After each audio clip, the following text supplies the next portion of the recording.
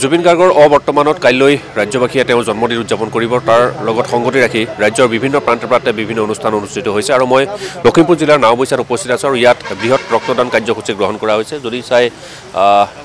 জাতীয় স্বাভিমান দিৱস হিচাপে উদযাপন কৰা হৈছে প্ৰাণৰ শিল্পী জুবিন গাৰ্গৰ উপৰজা দিন আৰু তাৰ লগত আজি অসম যুৱ পৰিষদ লখিমপুৰ জিলা সমিতিৰ সৌজন্যত ৰক্তদান কাৰ্যসূচী গ্ৰহণ কৰা হৈছে আমি কথা পাতিব বিচাৰিছোঁ যে অসম গণ পৰিষদৰ বিত্ত সম্পাদক আছে অকণ কথা পাতিব বিচাৰিছোঁ জুবিন গাৰ্গৰ অবৰ্তমানত কাইলৈ প্ৰথমটো জন্মদিন আৰু আজি ৰক্তদান শিবিৰ আয়োজন কৰিছে হয় জুবিন গাৰ্গ হ'ল অসমীয়া জাতিৰ স্বাভিমান সেইকাৰণে আমি জাতীয় স্বাভিমান দিৱস হিচাপে অসম গণ পৰিষদ দলে তেখেতৰ প্ৰতি বছৰে তেখেতৰ জন্মদিনটো আমি উদযাপন কৰিম আমি 18 তাৰিখে বিস্তৃত কাৰ্যসূচীৰে জুবিন গাৰ্গৰ জন্মদিনটো আমি উদযাপন কৰিবৰ কাৰণে স্থিৰ কৰিছোঁ আজি প্ৰথম কাৰ্যসূচী ৰক্তদান কাৰ্যসূচী জুবিন গাৰ্গ আছিলে বিপদৰ বন্ধু অসহায়জনৰ মুখত হাঁহি বিৰিঙাইছিলে জুবিন গাৰ্গে তেওঁৰ আদৰ্শ সৰুগত কৰি তেওঁৰ আৰ্হি আৰু আদৰ্শ জীয়াই ৰাখিবৰ বাবে আমি আজি যুৱ প্ৰজন্মই ইয়াত যুৱ পৰিষদ ছাত্ৰ পৰিষদ মহিলা পৰিষদৰ সহযোগত আৰু স্থানীয় ৰাইজৰ সহযোগত আমি আজি ৰক্তদান শিবিৰ ইয়াত অনুষ্ঠিত কৰিছোঁ ইতিমধ্যে 400 যুৱকে ৰক্ত দিবৰ বাবে স্বেচ্ছাই ওলাই আহিছে সেই তাৰ যোগেদি আমি জুবিন গাৰ্গৰ আদৰ্শ আমি জীয়াই ৰাখিম আৰু তেওঁৰ যি আদৰ্শ তেওঁৰ যি আৰ্হি তেওঁ যি দেখাই থৈ গ'ল সেইখিনি আদৰ্শ আৰ্হি জীয়াই ৰাখি পেলাই তেওঁক আমাৰ আমাৰ হৃদয়ত সদায় স্থান দিম জুবিন গাৰ্গ যদিও কায়িকভাৱে আমাৰ মাজত নাই আমাৰ অসমীয়া জাতিৰ প্ৰত্যেকৰে অন্তৰত জুবিন গাৰ্গ চিৰ বিদ্যমান হৈ থাকিব আমি প্ৰজন্মই জুবিন গাৰ্গক সকলোৱে হৃদয়ত স্থান দিছে প্ৰজন্মই জুবিন গাৰ্গৰ আদৰ্শ আৰ্হি জীয়াই ৰখাৰ আমি প্ৰচেষ্টা কৰিম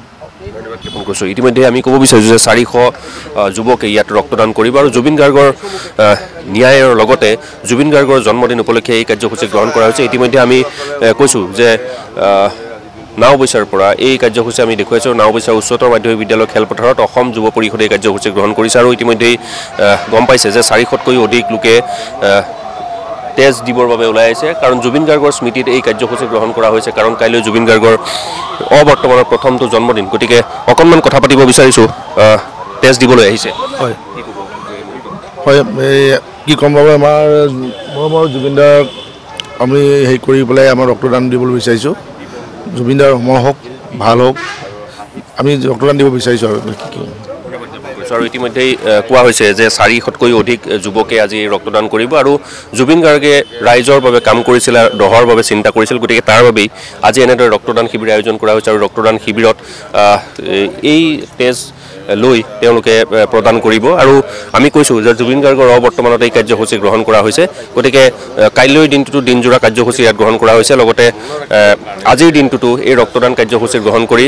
জুবিন গাৰ্গে যেনেদৰে ৰাইজক সহায় কৰিব বিচাৰিছিল তেওঁৰ উপজা দিনৰ প্ৰাক মুহূৰ্তত এই কাৰ্যসূচী গ্ৰহণ কৰা হৈছে আমি অকণমান কথা পাতিব বিচাৰিছোঁ ধৰ্মেন দত্ত আছে আজি ৰক্তদান শিবিৰৰ কাইলৈ দিনজোৰা কাৰ্যসূচী আছে আজি দিনটো আচলতে আমি আনন্দ মনেৰে আজি দিনটো উদযাপন কৰিব লাগিছিল কিন্তু সকলো অসমবাসী ৰাইজৰ অন্তৰত একুৰা জুই লৈ আজি জুবিন গাৰ্গৰ মৃত্যু হোৱাৰ পাছত আজি অহাকালি প্ৰথম জন্মদিন আমি উদযাপন কৰিবলৈ প্ৰয়াস কৰিছোঁ আমি সমগ্ৰ অসমত অসম গণ পৰিষদ দলে প্ৰতিটো বিধানসভা সমষ্টিত জাতীয় স্বাভিমানী দিৱস হিচাপে আয়োজন কৰা হৈছে তেখেতৰ জন্মদিনটোত আমি ৰঙানী বিধানসভা সমষ্টিৰ দুদিনীয়া কাৰ্যসূচীৰে আজি আৰু কাইলৈ আমি দুদিনীয়া কাৰ্যসূচীৰে জাতীয় স্বাভিমান দিৱসটো উদযাপন কৰিবলৈ প্ৰয়াস কৰিছোঁ আজি ৰক্তদান কাৰ্যসূচী আছে প্ৰায় 400 লোকে আজি ৰক্তদান কৰিব যুৱক যুৱতীসকলে যুৱ পৰিষদৰ সৌজন্যত উদ্যোগৰ আয়োজন কৰিব আমি জয়ন্ত খন ডাঙৰীয়াৰ নেতৃত্বত ৰঙানী বিধানসভা সমষ্টিত আমি অহা কাইলৈ দিনজোৰা কাৰ্যসূচী অনুষ্ঠিত হ'ব এইখিনিতে কৈছোঁ যে আপোনালোকক আমি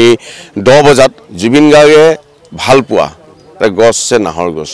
আমি নাহৰ পুলি কাইলৈ আমি ৰোপণ কৰিম 10 বজাত নাওবৈচা মহাবিদ্যালয়ৰ দুই কাষে এই নাহৰ পুলিসমূহ আমি ৰোপণ কৰা হ'ব আৰু নাহৰ পুলিসমূহত আমি এটা নামাকৰণ দিয়া হৈছে জুবিন গাৰ্গৰ যিবোৰ সৃষ্টিৰাজি তেখেতৰ কেছেটে হওক বা তেখেতৰ গীতৰ কলিৰ জৰিয়তে আমি সেই গছসমূহৰ নামাকৰণৰ ব্যৱস্থা কৰা হৈছে 12 বজাত জুবিন গাৰ্গৰ প্ৰতি সমূহীয়া শ্ৰদ্ধাঞ্জলি প্ৰায় 5000 লোকে শিল্পীয়ে আমাৰ যুৱক যুৱতীসকলে আই মাতৃসকলে একেলগে জুবিন গাৰ্গৰ সেই মায়াবিনী গীতটো একেলগে পৰিৱেশন কৰিব তাৰ লগে লগে 1 বজাত প্ৰকৃত বন্ধু প্ৰকৃতি বন্ধু কিতাপ বন্ধু শিল্পী সম্বৰ্ধনা অনুষ্ঠান আছে প্ৰায় আমি 150 লোকক আমি সমাজৰ কাৰণে যিসমূহ লোকে কাম কৰি আছে তেওঁলোকক আমি সম্বৰ্ধনা জনোৱা হ'ব আৰু তাৰ পিছত নিৰ্দিষ্ট বক্তাৰ ভাষণ আছে আমি নিৰ্দিষ্ট বক্তাৰ ভাষণ আমি পংকজ সভা পণ্ডিত বিশিষ্ট কবি আৰু সাহিত্যিক উপস্থিত থাকিব তাৰ লগে লগে অনুপম চক্ৰৱৰ্তী ডাঙৰীয়া থাকিব হিৰেন ডেকা আমাৰ জ্যেষ্ঠ সাংবাদিকে উপস্থিত থাকিব আৰু সন্ধিয়া 6 বজাত আমাৰ বন্তি প্ৰজ্বলন আছে এই বন্তি প্ৰজ্বলনৰ কাৰ্যসূচীত ভাস্বতী ভাৰতী আৰু স্থানীয় শিল্পীসকলে আমি এটাই মানে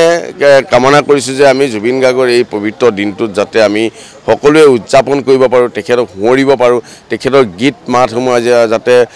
পৰিৱেশন কৰিব পাৰোঁ তাৰ এটা প্ৰয়াস আমি কৰিছোঁ ধন্যবাদ জ্ঞাপন কৰিছোঁ আৰু আজিৰ দিনটোত কাইলৈ যিহেতু জন্মদিন উদযাপন কৰিব তাৰ বাবে তাৰ প্ৰাক মুহূৰ্তত আজিৰ দিনটোত কিন্তু এই ৰক্তদান কাৰ্যসূচী গ্ৰহণ কৰিছে গতিকে এই 400তকৈ অধিক যুৱকে এই স্থানতেই আজি জুবিন গাৰ্গৰ জন্মদিনৰ প্ৰাক মুহূৰ্তত ৰক্তদান কৰিব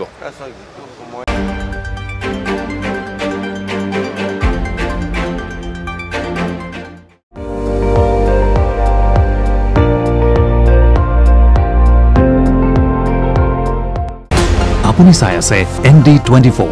সৰ্বশ্ৰেষ্ঠ নহয় সৰ্বোত্তমৰ দৌৰত